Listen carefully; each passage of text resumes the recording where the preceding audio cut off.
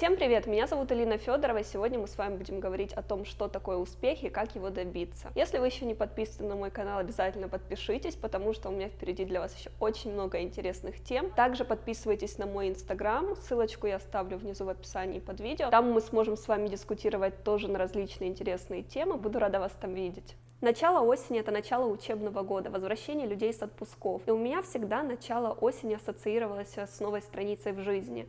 Почему-то именно осень, даже не 1 января, когда начало Нового года. Я не знаю почему так, возможно, ни одной у меня так. И мне кажется, что это отличный период для того, чтобы изменить что-то в своей жизни, начать все заново, переосмыслить ошибки в прошлом и подумать над тем, как же стать успешным в этой жизни. А теперь давайте разберемся, что такое успех. Успех – это достижение поставленных целей во всех сферах жизни. Это здоровье, личная жизнь, карьера, сюда же мы включаем и материальное положение, положение в социуме и наше личностное развитие. Теперь нужно выписать все сферы жизни на листочек. Сделать это нужно в виде таблицы. И напротив каждой из них поставить себе оценку в соответствии со своей жизнью по 5-бальной системе. Помните о том, что тут нужно быть очень откровенным самим собой. Это кроме вас никто никогда не увидит. Вы это делаете для себя. Когда вы признаетесь самому себе, что у вас есть какие-то проблемы, это уже половина проделанной работы. То есть вы уже станете на путь к успеху. И поверьте, уж лучше один раз признаться самому себе, что вы неудачник в чем-то, чем всю жизнь пускать пыль в глаза себе и окружающим, так ничего и не изменив в своей жизни. А ни в коем случае нельзя плыть по течению. Нужно быть осознанным каждый день и брать свою жизнь под контроль. И только так вы сможете достичь больших высот. А теперь давайте пройдемся еще раз по всем сферам жизни. Если нам нужно поставить оценку здоровью, я не думаю, что тут должны быть какие-то проблемы. Если оно у вас отличное, ставим 5, если хорошее 4, если посредственное 3 и так далее. А если мы сейчас говорим про личную жизнь, то тут нужно оценить ваши отношения с вашим молодым человеком, либо с мужем. Если вы еще учитесь, то, конечно же, тут мы делаем поправку на возраст. Понятное дело, вам еще не до этого, но все равно, исходя из каких-то факторов, можно поставить себе оценку. Например, обращают ли на вас внимание парни, легко ли вам дается общение с парнями, какими вы видите идеальные отношения и какими были отношения между вашими родителями. Исходя из всего этого, мы ставим себе тоже оценку. Карьера, материальное положение. Тут тоже нужно обязательно поставить себе оценку, даже если вы студентка либо школьница, потому что некоторые студентки подрабатывают, у некоторых есть стипендия, родители обеспечивают, все равно вы можете поставить себе какой-то балл и в зависимости от вашего источника дохода. Ну, конечно, если мы сейчас говорим про взрослого человека, тут все понятно, что нужно оценить, как дела с вашим карьерным ростом и с материальным положением. Положение в социуме. Это очень важно, так как человек существо социальное, и на самом деле люди не могут друг без друга, потому что в нас так природой заложено находиться в каком-то обществе. В общем, это все наши социальные связи, исходя из наших исполняемых ролей в обществе. Тут нужно перечислить все ваши роли, которые вы исполняете.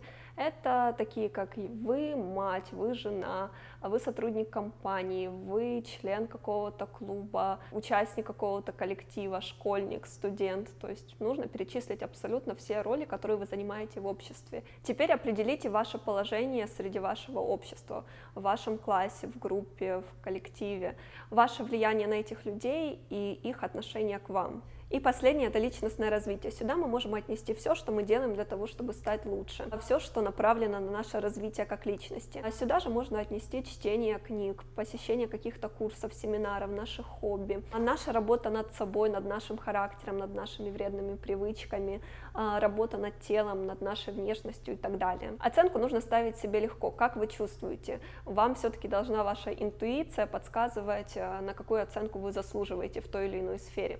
То есть тут нужно просто пройтись по самому главному в каждой из них. А теперь давайте запишем проблемы, из-за которых вы поставили себе низкие баллы. Например, проблемы в отношениях с мужем, либо проблемы в коллективе, в классе, либо на работе, проблемы со здоровьем какие-то определенные. Пишем, конечно, более конкретно в зависимости от вашей жизненной ситуации. И потом дальше пишем, как же мы можем решить эту проблему. Начинаем с самого важного, самого главного. Пишем достаточно обобщенно. Например, нужно открыть свой бизнес, либо нужно начать отношения с парнем. Дальше под этим пишем маленькие шаги, как мы можем этого достигнуть. Они могут быть очень крошечными, но достаточно конкретными. Делаем себе задание на каждый день для того, чтобы достигнуть ту или иную цель. Нужно изучить английский язык, чтобы там эмигрировать либо поступить в университет и так далее. И я понимаю, что я рассказываю достаточно обобщенно, и что у всех в своей жизненной ситуации разные проблемы, и у вас могут возникать проблемы с формулировкой вашей проблемы, либо с путями решения ее, и это абсолютно нормально. Но тут самое главное не закидывать сразу свое письмо, нужно посидеть чуть дольше, поработать над собой. Нужно задавать себе вопросы, вести внутренний диалог, представить, как ваша проблема выглядит со стороны, чем вы можете себе помочь, как бы, например, поступил другой человек в вашей ситуации, например, человек, который является авторитетом для вас, либо что бы вы могли посоветовать другому человеку, который бы был бы на вашем месте. И вы постепенно начнете замечать, что ваша жизнь очень меняется. Даже ваше настроение и ощущение самого себя очень будет улучшаться, потому что вы начнете осознавать, что вы управляете своей жизнью. И когда каждый день вы делаете какие-то маленькие шаги на благо себе, то есть таким образом вы развиваетесь, и это ощущение даже повысит вам вашу самооценку. Например, возьмем сферу здоровья.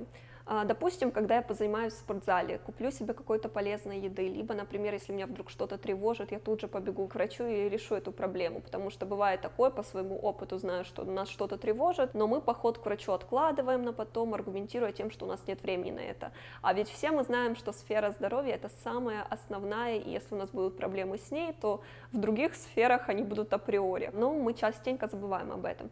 В общем, когда я это все проделываю, я себя ощущаю гораздо лучше. У меня есть ощущение заботы о самой себе. Ведь лучше, чем мы сами о себе, о нас никто не сможет позаботиться. Также бывает, что успех в одной сфере жизни вытекает из успеха в двух остальных.